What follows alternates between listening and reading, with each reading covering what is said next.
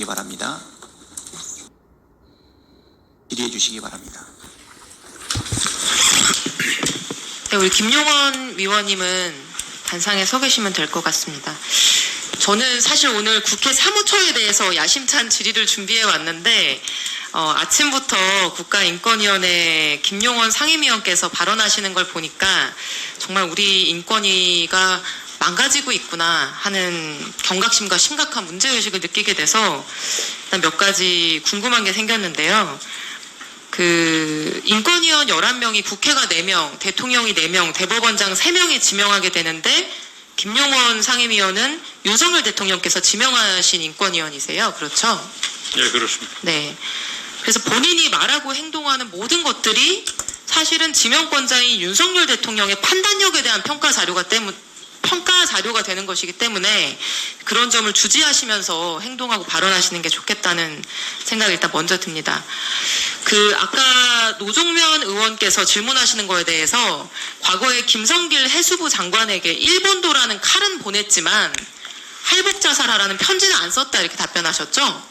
예, 저는 편지를 쓴 기억은 없습니다. 자, 당시 보도를 보겠습니다.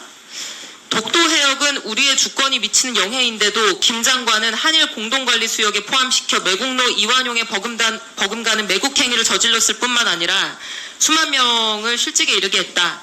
장관직을 그만두는 것은 책임을 지는 방법이 되지 못하고 국가와 국민 앞에 사죄해야 하는 유일한 방법은 할복자살뿐이다.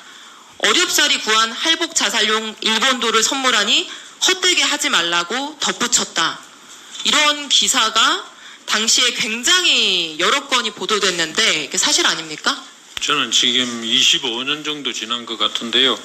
그 당시에 일본도를 보낸 것은 제 기억에 있지만 구체적으로 어떤 식으로 그 일본도를 보낸 취지는 누구나 알 수 있는 것인데 제가 그런 식으로 편지를 썼는지 아니면 그런 이야기를 따로 언론에 발표했는지 그것까지는 잘 기억을 하기가 어렵습니다.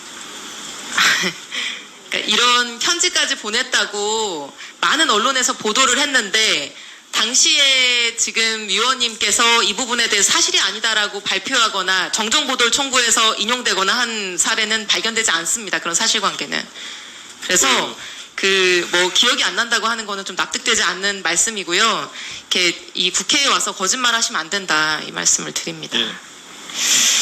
자, 국가인권위원회법 5조에 인권위원 자격이 열거되어 있는데 교수이거나 법조인이거나 인권 분야 단체 종사자거나 그 밖에 사회적 신망이 높은 사람만이 인권위원이 될 수 있도록 되어 있습니다. 그렇죠?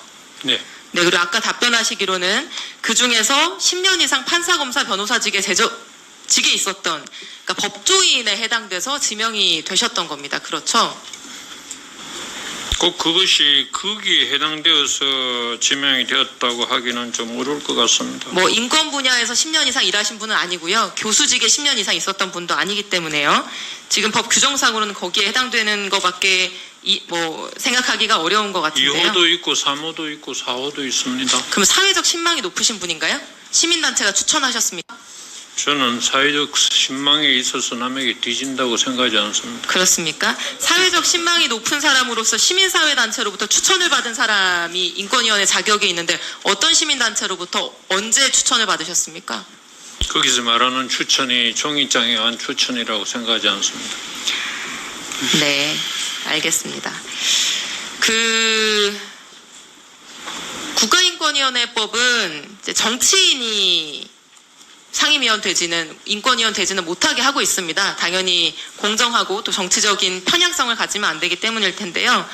근데 위원님 삶의 궤적을 살펴보면은 96년 15대 국회의원 선거 출마해서 낙선하셨고 2000년 16대 국회의원 선거 출마했다가 낙선하셨고 이후에 한나라당에 입당했다가 2008년 18대 국회의원 선거에서 공천을 받지 못하셔서 탈당하고 무소속으로 출마했는데 낙선하셨고 21대 국회의원 선거에서 더불어민주당 예비후보로 등록했다가 경선에서 패해서 낙선하셨고 지난 대선에서는 윤석열 후보 지지선언을 하셨고 이런 이력을 보면은 김용원 의원님은 어떤 학자거나 법조인이기보다는 계속 국회의원이 되기 위해서 정당을 바꿔가면서 출마와 낙선을 반복하신 삶을 살아온 것으로 보이는데 이런 점을 봤을 때는 인권위원으로 적합한 분은 아닌 것 같습니다. 어떻게 생각하십니까?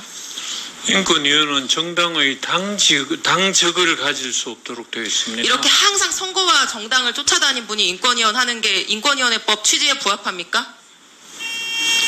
한국의 정치를 여러 가지로 경험을 한 것은 한국 국민의 인권 정진을 위해서 필요한 경력이 될 수도 있다고 생각합니다.